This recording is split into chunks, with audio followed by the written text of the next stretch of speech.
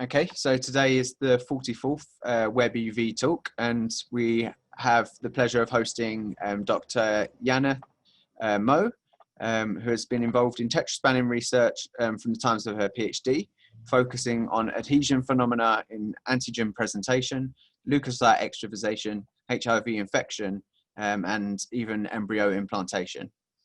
Characterizing the intracellular interactome of these molecules, she became interested in the field of extracellular vesicles and the functional role of tetraspanins in their biogenesis and cargo selection.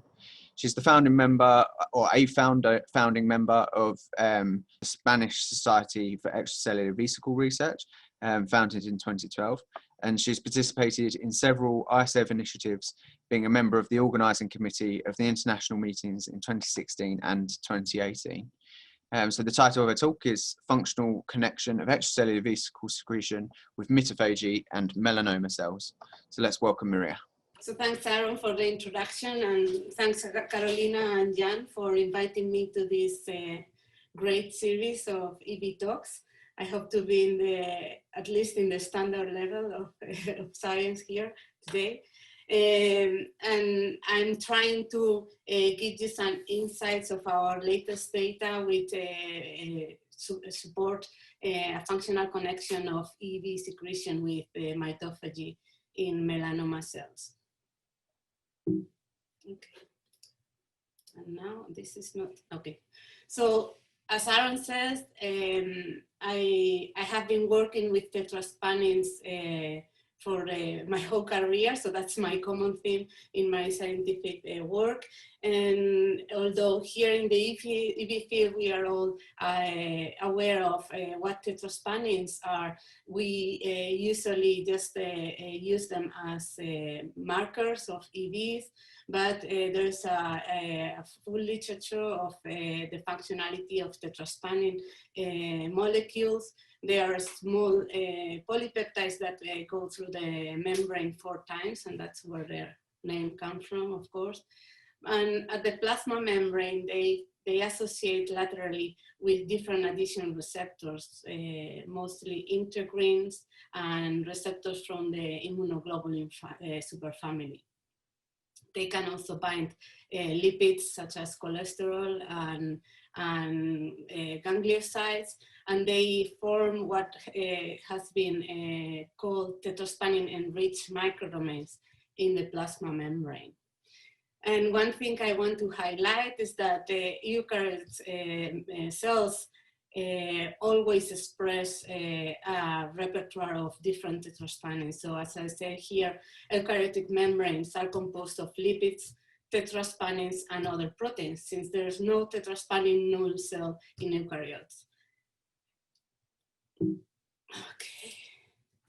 So they have been shown to regulate the function of the adhesion receptors they associate with in different ways. So they regulate what we call avidity. So this is the local concentration of receptors at the plasma membrane. They also regulate different steps in intracellular trafficking, even from Golgi to the membrane delivery, internalization, and recycling. And we and others have demonstrated the existence of trimolecular associations, such as the one we showed in endothelial cells between the integrin alpha-3 beta-1 and the metalloproteinase MT1-MMP, linked together by CD151, but these have also been shown with growth factor receptors and others. And they also mediate the connection of these membrane adhesion platforms with different signaling cascades and the actin cytoskeleton.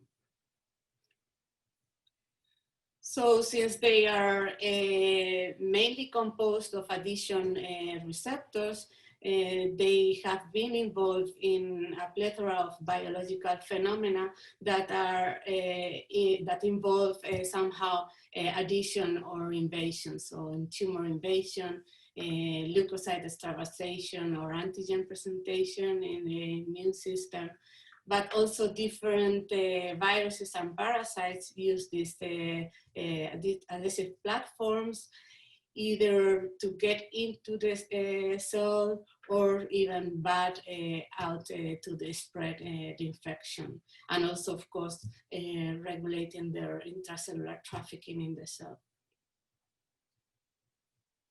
So some years ago, we decided in our group to focus on the intracellular connections of these enriched microdomains, which have been that far a little bit neglected because the intracellular region of these molecules is usually very short, and most of the signaling and was thought to be mediated by the associated receptors. But we showed already the interaction with connectors, ERMs, that connect both to the actin and to different signaling mediators such as STIC, and we decided to pursue this theme and to look in depth what the intracellular interactome of these platforms look like. So for that, we took a biochemical approach by using as baits different peptides containing the C-terminal sequence of different tetraspanins, and also some tetraspanin-associated receptors. And these baits were confronted with lysets from T lymphoblasts, and the resulting samples were analyzed by proteomics and statistical analysis. And we got with a full interactome of different tetraspanins in cell lysets, but we did also this approach with exosomes.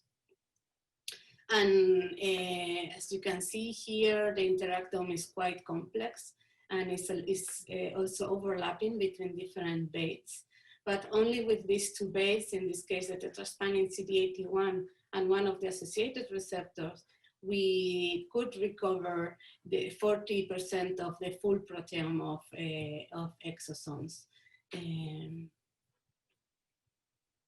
So at that time, we went on looking at what happened in tetraspanin deficient cells. And in this case, we used the CD81 knockout mice, and we derived the lymphoblasts from these animals, and we analyzed their EV secretion, which happened to be normal. But when we screened the composition of these EVs, we could detect a few molecules that were underrepresented in these CD81 deficient EVs. And I want to highlight here again the big overlap in the interactome that we see. So here we are only deleting one tetraspanin molecule, but many of the interactors with CD81 are also interactors of other tetraspanins or tetraspanin-associated molecules. And even though we see some difference in the composition of extracellular vesicles. So the main questions in our lab is how these tetraspanin-enriched microdomains and these adhesive platforms play a role in EV biology. So we showed that they regulate the sorting of proteins into these vesicles. One of the proteins that interacted with CD81 was the heterogeneous nuclear ribonucleoprotein A2B1, which the group of Sanchez Madrid demonstrated that was involved in microRNA sorting to exosomes. So these tetraspanin-enriched microdomains could also be important for regulating microRNA sorting. And now we are looking at how they may play a role also in exosome biogenesis. Of course, once the EVs are formed and secreted, they carry out these tetraspanin-enriched microdomains on the surface, which may be also important for the binding and uptake by the target cell. And in an immune complex, we know that tetraspanins associate both to the TCR and the BCR, and on the other side to the myelohistocompatibility complex. So they may also regulate how EV present antigen. But today I'm going to focus mostly on our results in biogenesis. So I'm not going to talk about any of these things in this slide, just I wanted to point out that meanwhile we have tried to use our tetraspanin-based tools to try to develop some technical advances for EV research. And in the early times, Zoraida and Hortensia did a study of how different isolation methods related to microRNA analysis, and in collaborations with some clinicians in the hospital, we did a bit of analysis in bladder cancer patient samples for biomarker discovery. Sometimes this doesn't work. Okay, so we have also developed detection methods in collaboration with Mar Valés and Carmen Blanco, and with this Immunostep company, both for flow cytometry. This is the ExoStep kit that is commercially available, but also by ELISA and lateral flow devices for the very sensitive detection of exosomes in biological samples. You have here all the references for these. And in collaboration with Borràs in Catalonia, we developed a semi-quantitative method based on flow cytometry. And this was the work of Enar in the lab with one of these HEIVEX mobility fellowship that we have in the Spanish Society. And Victor developed an EV uptake assay in which we can dynamically follow and also in a very sensitive way how the target cell uptake EVs from another cell. And also we have started to produce synthetic vesicles by the use of lysosomes and decorate them with the tetraspanin immunogenic regions. So this was the work of Stefania with the collaboration of Marka Bauern. And we showed that these lysosomes are a good reference material because they can also be immunolabeled and compare with the natural EVs in all these immunodetection methodologies.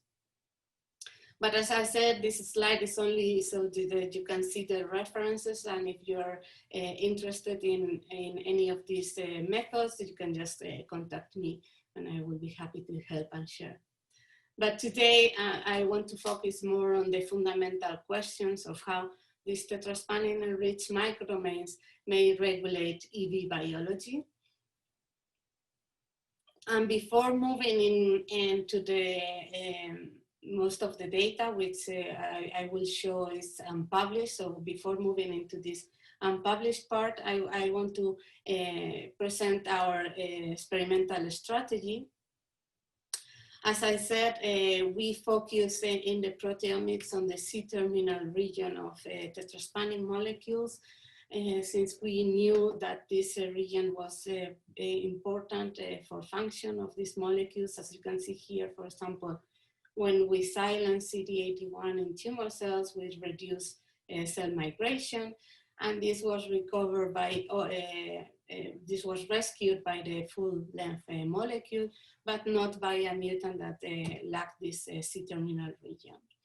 So with this thing in mind, and knowing that this region is also important for intermolecular interactions of tetraspanins, we developed Cytopermeable peptides that are fluorescently labeled, so we can follow their internalization in the cell. That happens very rapidly. In less than 1 hour, all cells have uptaken these peptides, and they stay in the cell for longer than 30 hours. Here we depicted the mean fluorescent intensity. It goes down, but even in this point, 100% of cells were still fluorescent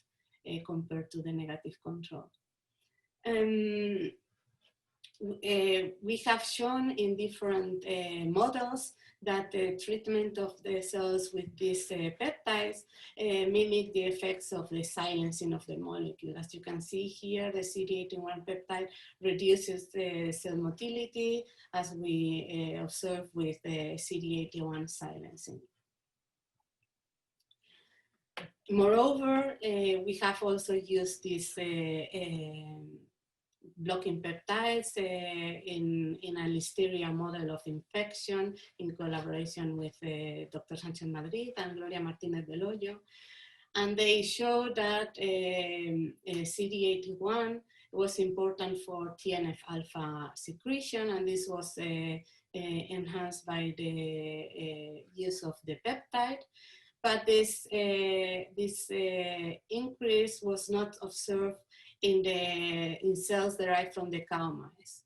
So we know that the blocking effects that we see with these peptides are dependent on the expression of the target tetraspanin on the cell. So CD81 blocking peptide does nothing in a cell that does not express CD81.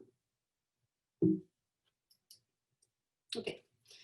So we have been using these blocking peptides in several models, we and our collaborators. So we have shown, for example, here that CD81 plays a role in HIV retrotranscription. And as happened again with motility, we have the same effect by silencing the tetraspanin and by using this blocking peptide.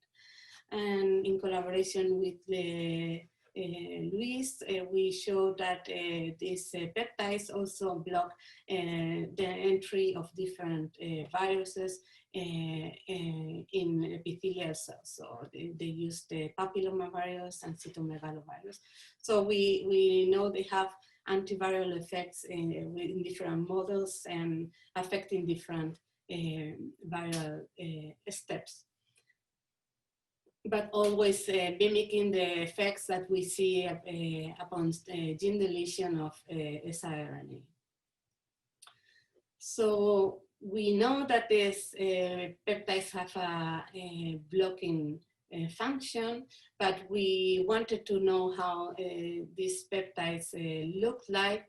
And we took advantage that we have Aldo coming to the lab to do a short stay, and he was an expert in modeling proteins.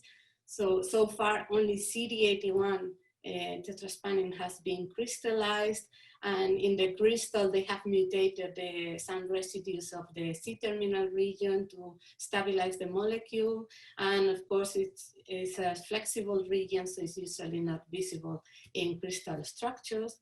So Aldo did the full ab initio modeling of the tetraspanin, and he could show that they were very similar to the crystallized structure.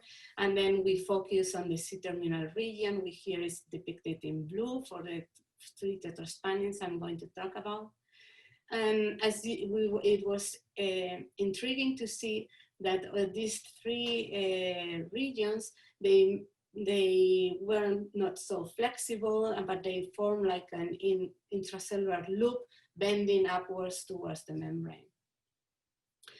And here we compare the structure of the tetraspanin C-terminal region in blue with what would be the structure of our blocking peptides. So our blocking peptides, they all have a stretch of arginine that is necessary for entering to the cell, the same way as the TAT peptide from HIV does. And then they carry the same C-terminal region that of the tetraspanin. And as you can see here, the blue and the yellow are quite overlapping. Okay, so this is the strategy we wanted to use to see how tetraspanins may play a role in EV biogenesis. And this is because we know for our long-term experience working on tetraspanins that silencing or gene deletion usually produces a two-phase phenotype. So you see a drastic effect of gene deletion, but usually many of the functional effects are then thereafter recovered if you keep the cells growing in culture. So, and in this recovery phase, we have always detected an upregulation of other tetraspanin members in the cell. So even though some functions might be specific for a given tetraspanin, when you knock out that gene, then other tetraspanins may cope up with the functionality. So we wanted to use these blocking peptides, trying to avoid this compensatory mechanism. And as you can see here, there are many people involved: Soraya, Zoraida, Carla, and Nenad, because this is going on for a long time already in the lab. And so our basic scheme was to use these peptides for as long as a week, because we think that EV generation is quite a long and complex phenomenon, starting from internalization from the plasma membrane into the early endosomes, and then endosome maturation into multivesicular bodies, then thereafter have to fuse with the plasma membrane. So what we did is that we cultured the cells for 7 days, adding the blocking peptide every 48 hours. So we are sure that the blocking peptide is always in the cell. And then at day 7, we collected the supernatant. Before starting to do so, we had to screen different melanoma cell lines, because both CD9 and CD63 are usually downregulated at later stages of malignancy. So we, for all of the experiments, we use this SCAML 147 cell line that expresses at least detectable levels of both tetraspanins. And in these cells, we could see that the blocking peptides reduced EV secretion in the slightly reduced EV secretion, I have to admit, in the case of CD63, while no big effects were seen for CD9 peptide. Although when we analyzed the composition of these vesicles, we could see differences in EV composition that we are still analyzing in depth, so I'm not going into the proteomic data today.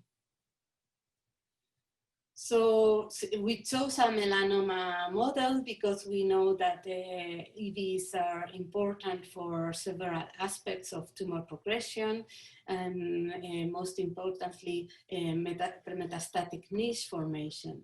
So in collaboration with Héctor Peinado, we looked at what the effects of these changes in EV composition imposed by the treatment with the tetraspanin blocking peptides had on melanoma xenograft model. So we injected the melanoma cells that in the flank of the mice, and these melanoma cells had been pre-treated for a week with the different peptides, and then we continued to inject the peptide twice a week intratumorally, and then analyze the tumor growth and then also metastasis. Before going into the xenograft model, we did some toxicity analysis, because this C-terminal region of tetraspanin is completely conserved between human and mice, so it would also block mice tetraspanin functions, and both CD9 and CD63 are very abundantly expressed on platelets, so we were a little bit worried about coagulation effects. So we did a pilot study with a few animals injecting the peptide intravenously directly into the circulation, and we saw some effects on coagulation that were different for CD9 and CD63, but they were not dramatic, and we couldn't observe any toxic effect on the animals.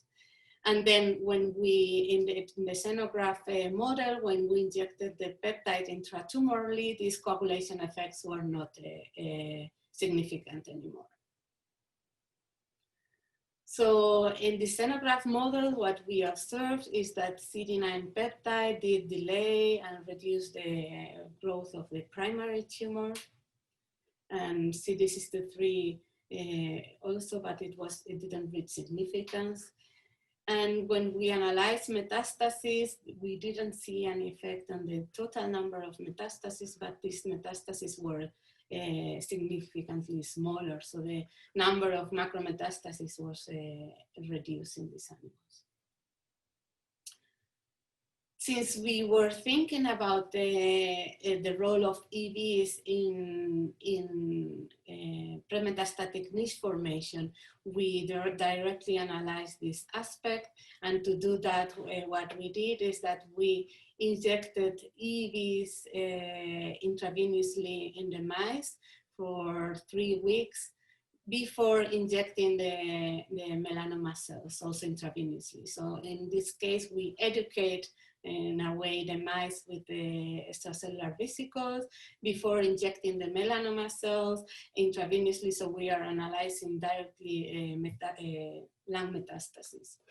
And as you can see here, there is a slight increase in the mice that have been educated with the EVs versus the ones that didn't receive any extracellular vesicles before the injection of the melanoma cells.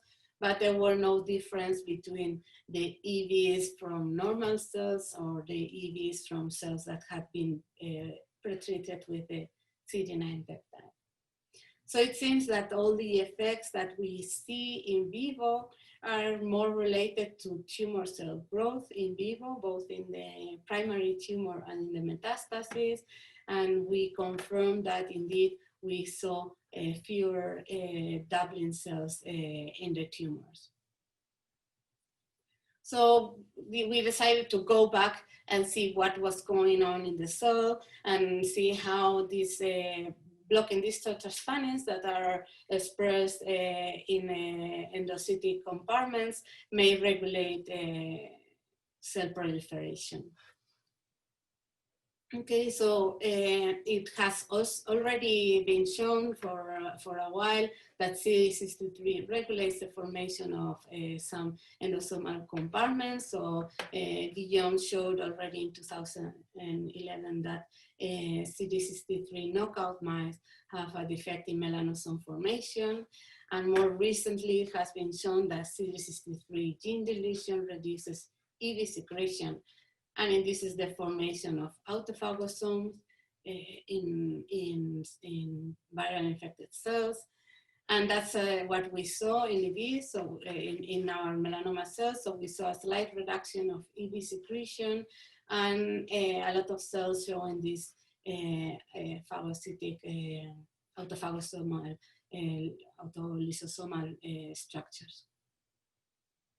So we think that blocking CD63 would promote that the multivesicular bodies take this route that leads to autolysosome and autophagosome formation.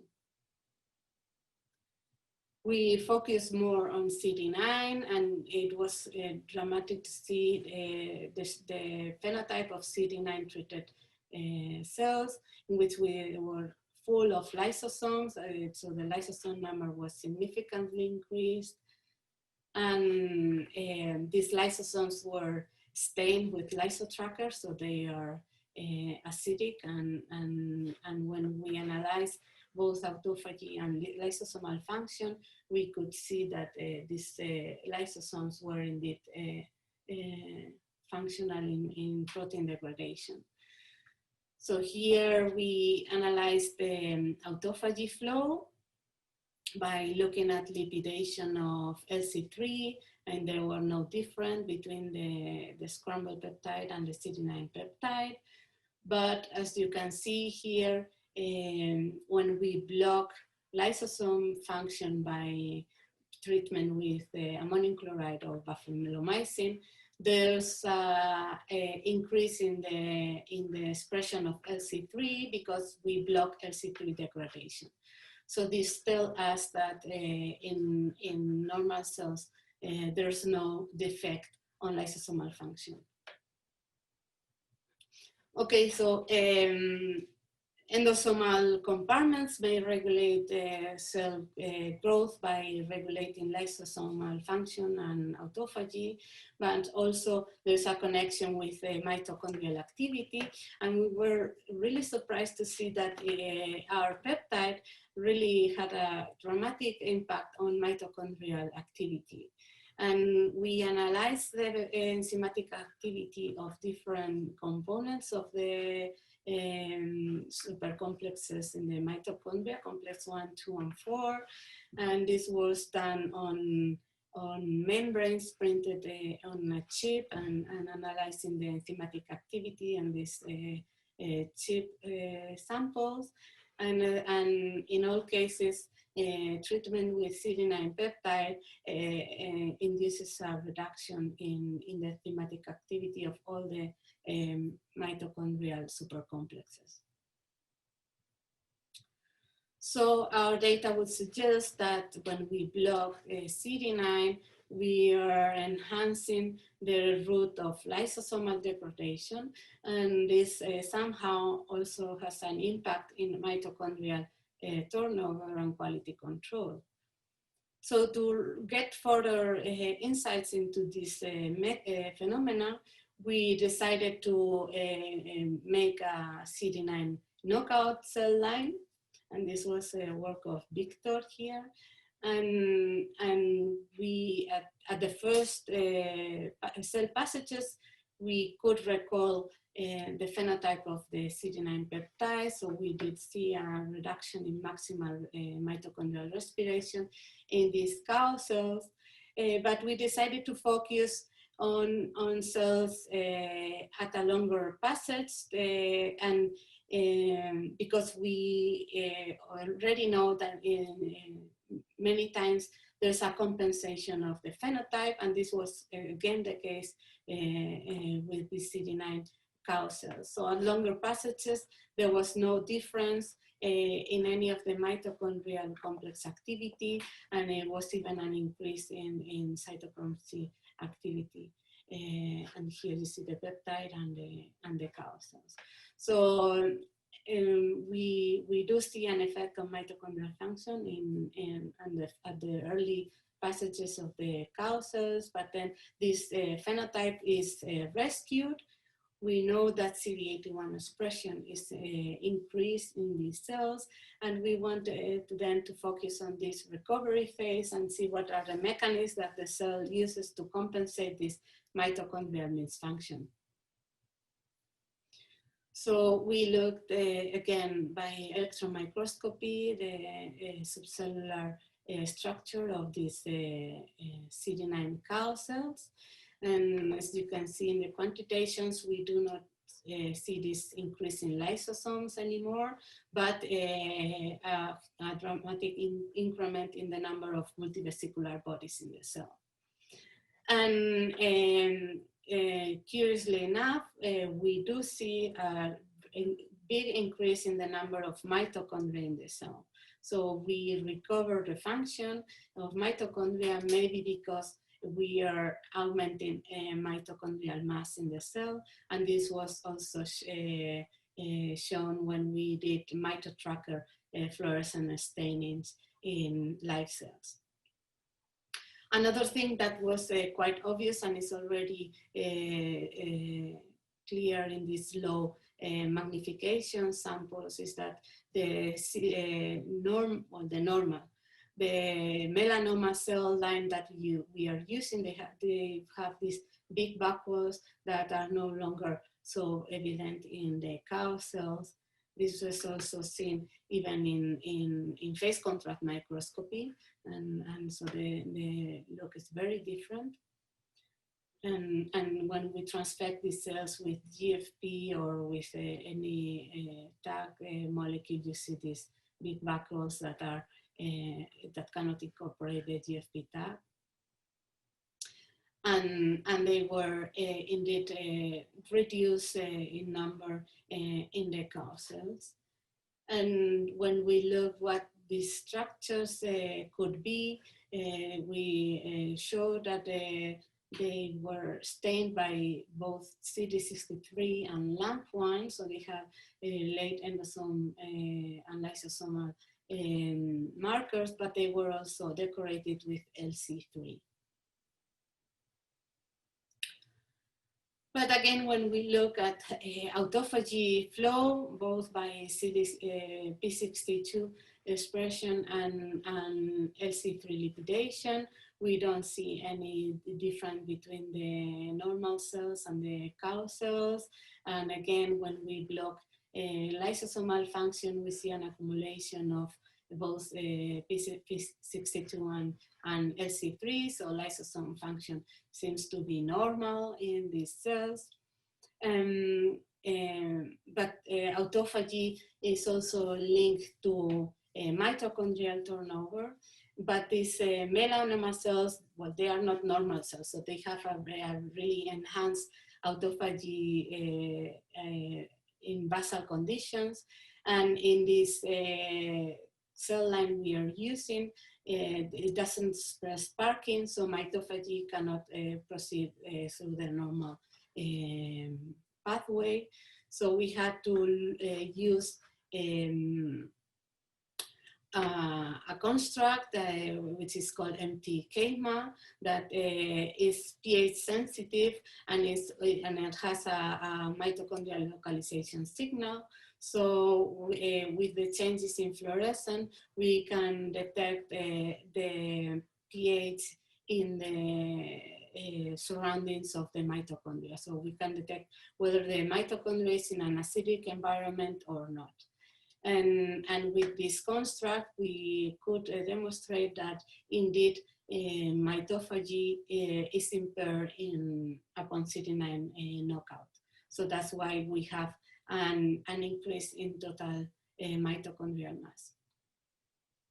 So we know that endosomal activity is connected to mitochondria. Usually when you block mitochondrial function, the cell has to reduce energy consumption, and what it does is that it reduces the secretion of extracellular vesicles and enhances lysosomal degradation to recycle protein components. But in this case, it would be the other way around. So we are playing around with endosomal maturation, and we are affecting mitochondrial turnover. But in these cells, we do see a recovery of mitochondrial function and an increase in multivesicular bodies in the electron microscopy analysis. And indeed, we have a big increase in the secretion of extracellular vesicles in these cells that are, on the other hand, smaller than in normal melanoma cells. So in our model, we think that this compensatory mechanism induced after CD9 knockout reroutes the multivesicular body back, and instead of going to lysosomal degradation, it is rerouted, as I said, towards EV secretion. Okay, so this is my almost last slide with our scheme, in which we propose that the communication between the endosomal compartment and the mitochondrial turnover is bidirectional. So it's not only mitochondrial function affecting EVs, but also in the other way around. And put it in context with other works in the tetraspanin field, it would suggest a role of different tetraspanins in the cell metabolic regulation. So we have shown that CD81 regulates nucleotide metabolism, and CD63 has been proposed to play a role in autophagy, and CD37 on lipid metabolism, and our data would suggest that CD9 regulates mitochondrial turnover and mitophagy in the cells. And I'm finishing with the last slide, which wants to give credit to all the people that has worked along the years in this project and others. So this is an old picture of our group and all the people involved. And also the collaborators, of course, Paco Sanchez Madrid and Vera, and other groups in my now home, the CBM-SO, the group of Carlos and the proteomic and electron microscopy facilities, and other groups both in Spain and in abroad that we have also collaborated in the data I showed today, and the little funding we got. So with that, I'm done, and I will be more than happy to take questions. Thank you. Thank you very much, Maria. Very, very interesting and a deep dig into the structure and production of extracellular vesicles. So everyone can put a question out there. You type it in the chat box, and I will let you unmute and ask the question as you ask it. While people are typing, maybe I can pitch a question to you, and that's our own finding of mitochondrial inner membrane enriched extracellular vesicles produced by multiple different types of cells. And you know, we've seen them. Maybe they're not a biomarker, but they're a biomarker candidate at least for melanoma, actually, for metastatic melanoma. We found them increased in the circulation of metastatic melanoma patients.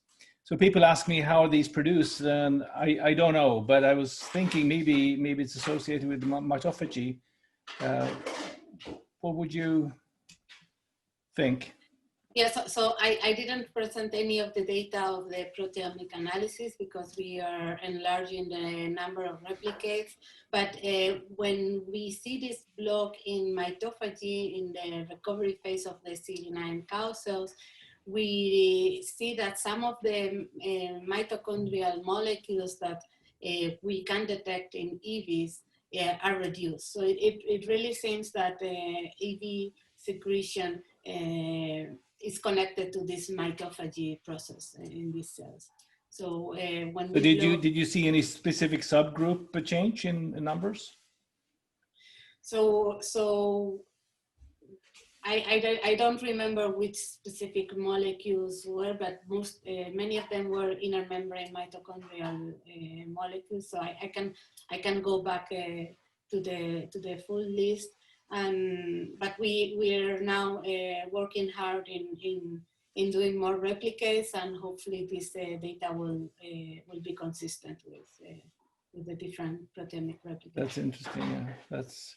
We quantified MTCO2 and COX6C double positive vesicles using a simple sandwich ELISA system, and by doing that we could quantify them actually without concentrating them from blood. So there are not many questions happening, or am I not scrolling properly? So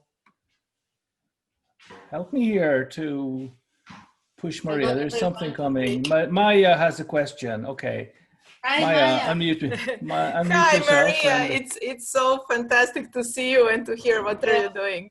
So I have just a question for clarification. You said that if you put your blocking peptide of CD9, you have the diminished secretion of vesicles, but if you delete by Cas the CRISPR technique, then you have increase. How do you explain that? I'm not familiar with that system. Okay, so we don't see much of difference in the number of EVs with the blocking peptide. So we did see a slight decrease with CD63 peptide, but not with CD9. With CD9, we don't see changes in number.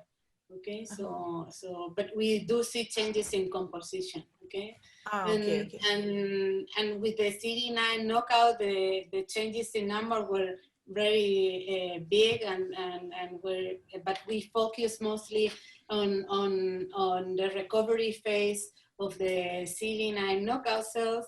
And in this case, we think that one of the compensatory mechanisms that we are that provokes most of these changes in phenotype is the upregulation of CD81. So maybe that would explain why we do see a lot more multivesicular bodies and a lot more EV secretion, because we are somehow overexpressing CD81 to compensate for CD9. Yeah. So if I understood correctly, and correct me if I'm wrong, CD9 and CD81 are functionally connected.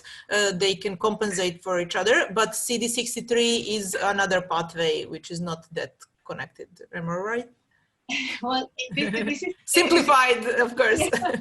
That's simplifying too much. Yeah, but yeah, CD9 and CD81 they have a more overlapping subcellular localization, while CD63 is purely endosomal in most cells. And it has been already shown that both CD9 and CD81 knockout mice have very mild phenotype, but the double knockout is very sick mice. So they have a lot of developmental problems, and they have lung cirrhosis, and they have osteoporosis, so they have a lot of a very dramatic phenotype, and which is not observed in any of the single knockout mice. So it does seem that CD9 and CD81 is a tetraspanin pair that can compensate between each other. But I mean, the thing with tetraspanins is that there are 33 members in mammals, but there are only antibodies for a few of them, so maybe 6 or 7. So most of the other tetraspanins have not been studied in depth, because all we have is mRNA data, and so it's difficult. Even people has had a lot of problems in using tagged molecules, because sometimes they have different localization with different tags, so you cannot really rely on this data. So in the tetraspanins, we are only looking at a small proportion of the function of this superfamily. So you think that, so you think that in EVs, maybe there are other possible markers, other tetraspanins? Yeah, so the thing is that people usually use those three, 9, 81, and 63, because also they are the tetraspanins that are more ubiquitously expressed. So other tetraspanins, such as CD37 or CD53, they are leukocyte specific, for example. So they are inhibits, but they are only inhibits from leukocytes, and so that will also, and for others, we don't have reagents to look at them. So I'm sure that the tetraspanins functionality is not only of these 3 members, but that's how we can go so far. So if you look at single vesicle analysis, many vesicles do not carry all 3 of those tetraspanins. So that's absolutely clear. Maybe there are subpopulations, as actually Clotilde suggested a while back. So actually CD9 and CD81 would be more commonly found in the same vesicles, unrelated to CD63, which is usually doesn't have that much correlation, right? Am I right? So looking at heterogeneity, right? Heterogeneity of vesicles. So if I remember those pictures from Clotilde, right? You have a different color of CD63.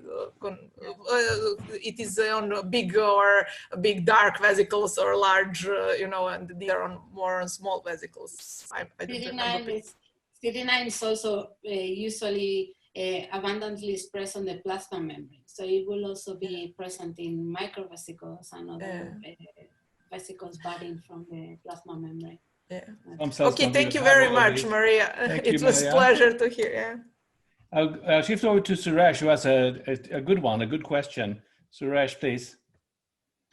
Maria, thanks for a very good talk. So I enjoyed it.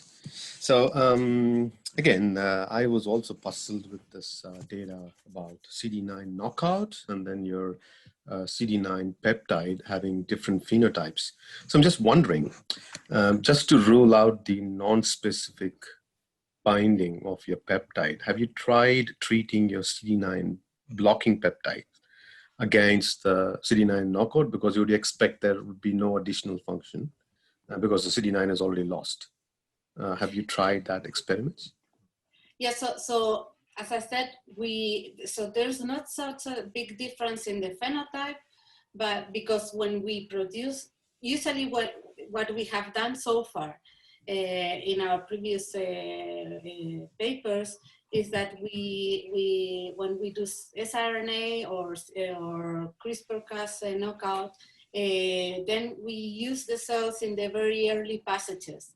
And in those early passages, we do see the same phenotype with the blocking peptide and with the cow cells, okay?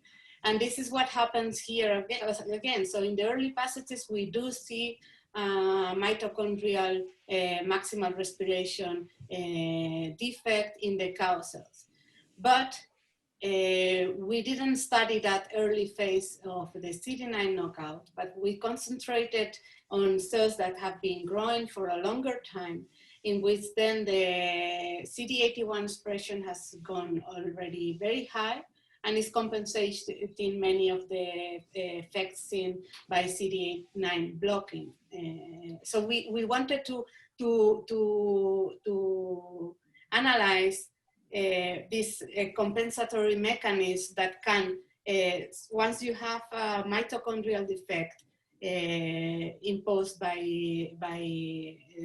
a problem in endosomal maturation, how the cell can compensate for that. And we see that what the cell does, it blocks mitophagy. So even though the mitochondrial turnover might not be so fine working, you have a big increment in mitochondrial mass. So at the end, the cell mitochondrial function is recovered.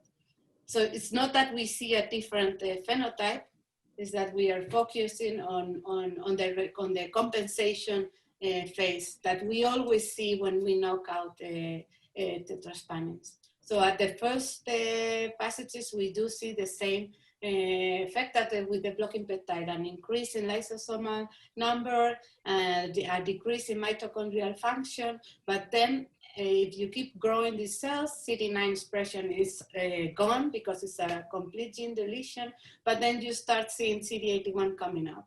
And this other tetraspanin can compensate by rerouting the system towards a different thing. And that's what we thought that it could be interesting to see how this endosomal maturation is connected to the mitochondrial regulation and mitophagy. Thanks, Maria. So we know that these peptides don't do anything with cow cells. So okay. That's so if I ask the question in a different way, so what I'm trying to get to point is, like say CD9 knockout cells had more EVs compared to your control. But I'm just wondering, if you treat those CD9 knockout cells with CD9 blocking peptide, would you decrease the amount of EVs in those cells? Well, the CD9 blocking peptide doesn't affect the number of EVs in normal cells. In CD9 knockout cells. Have you tried it in CD9? Yeah, but it doesn't affect the number of EVs in normal cells. So I don't see why it should affect the number of EVs in CD9 knockout cells. So we never see any effect of the blocking peptide in cells that don't express the targeted tetraspanin. But in this case, the blocking peptide doesn't affect the number of EVs. So yeah, that's right, Maria. But some people, let's say, if for argument's sake, if a reviewer is saying, "Oh, I believe your CD9 peptide may have off-target effects," for you to prove that, you can probably treat your CD9 knockout cells with the CD9 peptide. If you don't see any difference in any of the phenotype that you're seeing, then pretty much you can claim that CD9 peptide do not have any off-target effects. That would be like a very good point for your peptides. So we haven't done that for everything in this model, but when we started to screen different melanoma cell lines, we started working with different melanoma cell lines, and in some of them we didn't see any effect, and that was because the CD9 expression was very low, and we, for some of the phenotype we see, we know that we don't see any effect with the CD9 blocking peptide, but we haven't done that for every single thing we have that I show here.